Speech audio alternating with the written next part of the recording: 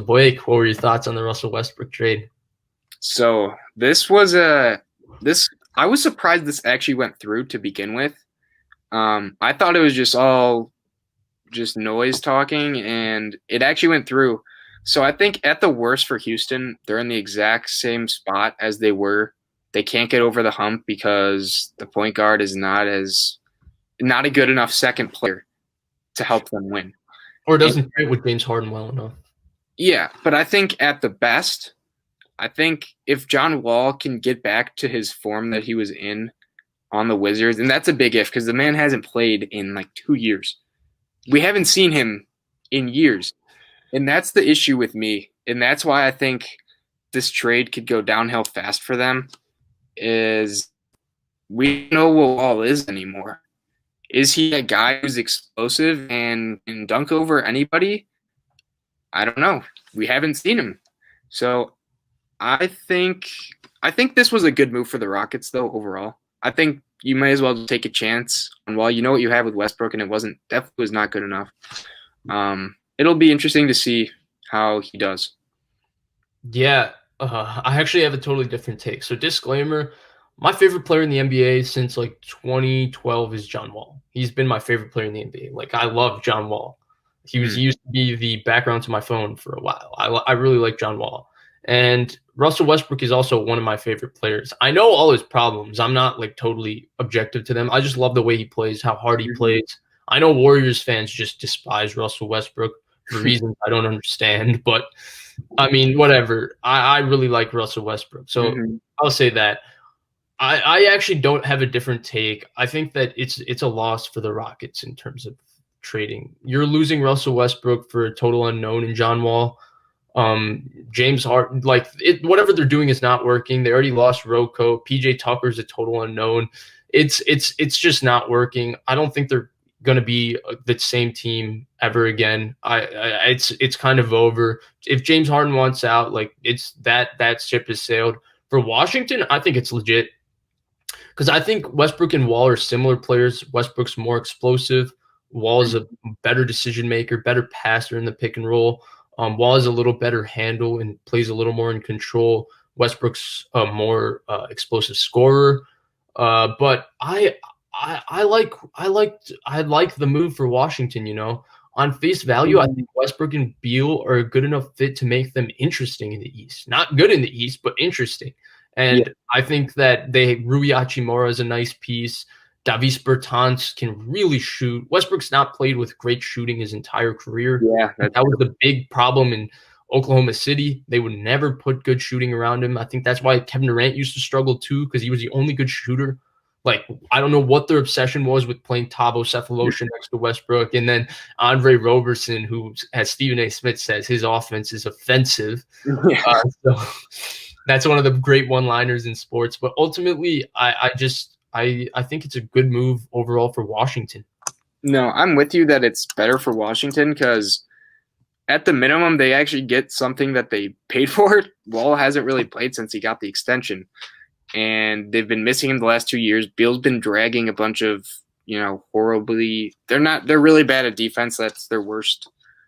They're a really good shooting team. They have shooters all across the board. They can score at will. But yeah, they just can't stop a nosebleed on defense. So, maybe Westbrook will help them with that aspect, intensity. We saw what my bad to interrupt you, but real quick, we saw what he did before the pandemic hit when they were really spacing the floor for him in Houston with him. And then they had 4 at least competent shooters around him and they were spacing the floor. Once the pandemic hit, he came back kind of crazy, but before the pandemic, he was going crazy. Yeah, and he did get some injuries too, and injuries for Westbrook are kind of a death sentence because he is so reliant on his athleticism. Like his actual technical skills of shooting are just horrible. Like he can't shoot to save his life, and that's a big issue. But no, I was just surprised it went through, to be honest with you. I really did not actually see that happening, but I'm confused as to what the Rockets are doing too. And I know we did want to talk about this also. All the James Harden news. What's your opinion on him now? the least professional thing I've ever seen an NBA player do. And it's sad because I've defended James Harden a lot. I think you and I both like James Harden. So Yeah, I we've like never James actually Harden a argued lot. about James Harden, but there's just a lot of people that hate James Harden. I've always defended him, saying, look at all the bad teams he's kind of dragged to the playoffs. Look at how overly like, oh, James Harden just plays ISO ball and all that. But they've never had competent ball handlers next to James Harden where they can relieve the pressure of him not having to do everything for their offense. They make him assist, they make him score, they make him do everything. And the one year they had somebody with Chris Paul, they were one injury away from going to the NBA Finals. So I've defended him a lot, but this is pathetic. This is so Yeah. unprofessional. Like I understand wanting out. I understand having a problem with Houston. To me, both of those things are very valid. He should want out and he should have the leverage to go wherever he wants to go. He's James Harden.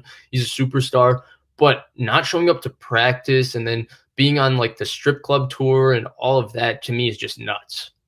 Yeah, so I'm with you. And it's made me kind of consider something or just get the idea like so when Russell Westbrook was talking about you like leaving the team, one of the things he said he didn't like about the Rockets is there's no accountability. And I think this is exactly what he's referring to is people are just kind of like, James, just go do your thing. You're such a good basketball player. Do whatever you want as long as you're helping us, win games come playoff time. And if you remember back to the Dwight Howard days when he was on the Rockets, the big issue was, Dwight Howard's the problem. And then it led to Chris Paul's the problem. Russell Westbrook's the problem. John Wall's going to be the problem. So he's kind of I don't know. It's making me like reconsider some of my thoughts on him as he's the main guy and no one holds him accountable. And I think you need that if you're going to be a winning franchise. Yeah. I mean, I think there's He's not much else very to say. professional. Yeah. It's just not much else to say. So But guys, such a special talent. That's the thing that annoys me is he honestly could definitely have a ring. But yeah, and him scoring 37 a game is truly impressive. I don't care what anybody says. I don't think people realize how hard it is in an NBA game for him 82 games a season to get up 25, 30 shots. There's mhm. not a lot of players that can get up that many shots. It takes so much out of you to shoot the ball that many times. And all this he takes like in terms of the analytics, his shots are usually like decent shots based on what you want to do analytically. So I have defended him a lot, but I think you basically summarized it perfectly. There's not much to say other than that. And I will say, I don't think he's the main problem. I think them needing stars is the big issue and not winning.